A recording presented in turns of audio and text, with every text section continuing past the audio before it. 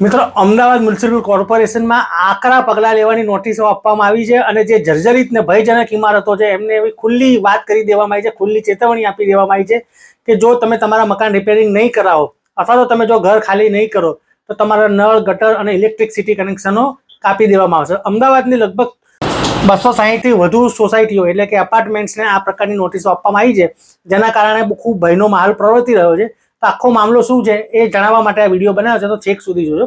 તો મિત્રો, વાત જાણે એમ છે કે અમુક જે ઇમારતો હોય એની ઉંમર થાય એટલે કે 25, 30, 40, 50 વર્ષ થાય એટલે એ જર્જરિત થવા લાગે છે અને એમાં નુકસાન થતું હોય છે. ઘણી વખત તો બાલ્કની છે કે ઉપરના જે કહેવાય ને કે પ્લાસ્ટર ને બધું પડતું હોય છે. ઘણી વખત એવા પણ કિસ્સા બનેલા છે કે આખી પાણીની ટાંકી નીચે આવેલી હોય અને જે કન્સ્ટ્રક્શન છે એના સ્લેબ પડી જાય એવું બધું થતું હોય છે, જેના કારણે અકસ્માતની ઘટનાઓ બનતી હોય છે.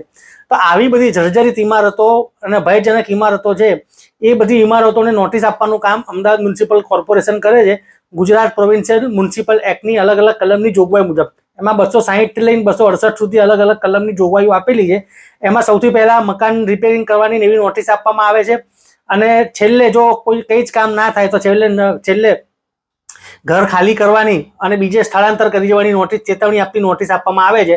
તો લેટેસ્ટમાં આ મહિને અમદાવાદ મ્યુનિસિપલ કોર્પોરેશને આખા અમદાવાદમાં અલગ અલગ ઝોનમાં સર્વે કર્યો અને એમાંથી તે પૈકી 260થી વધુ એપાર્ટમેન્ટ્સ કે જેના 1100થી વધારે બ્લોક્સ છે અને હજારો લોકો એટલે હજારો ફ્લેટ આવેલા છે, એ લોકોને આવી નોટિસ આપવામાં આવી છે. એક પ્રકારની નોટિસ છે, એમાં એવું કહેવામાં આવ્યું છે કે ભાઈ તમે તમારું જે અમે ઇન્સ્પેક્શન કરેલું, ઇન્સ્પેક્શન કર્યા બાદ તમને નોટિસ આપી હતી, તમારું જે મકાન છે એ ખૂબ જ જર્જરિત હાલતમાં અને તાત્કાલિક રિપેરિંગ કરવા પડે એવું હતું હોવાથી અથવા તેનો સ્ટ્રક્ચરલ સ્ટેબિલિટી સર્ટિફિકેટ લેવું પડે એમ હોય તમે લઈ લો.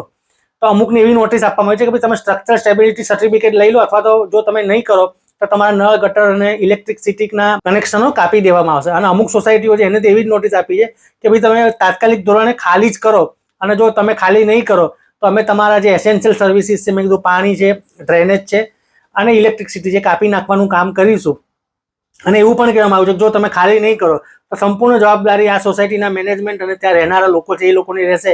અમદાવાદ મ્યુનિસિપલ કોર્પોરેશનની કોઈ જવાબદારી રહેશે નહીં. તો આના કારણે અત્યારે ઘણી બધી સોસાયટીઓમાં કહેવાય ને કે તકલીફો ઊભી થઈ ગઈ છે, લોકો ટેન્શનમાં આવી ગયા છે. પણ ટેન્શનમાં આવવાની જરૂર નથી, કાયદો કાયદાનું કામ કરે છે.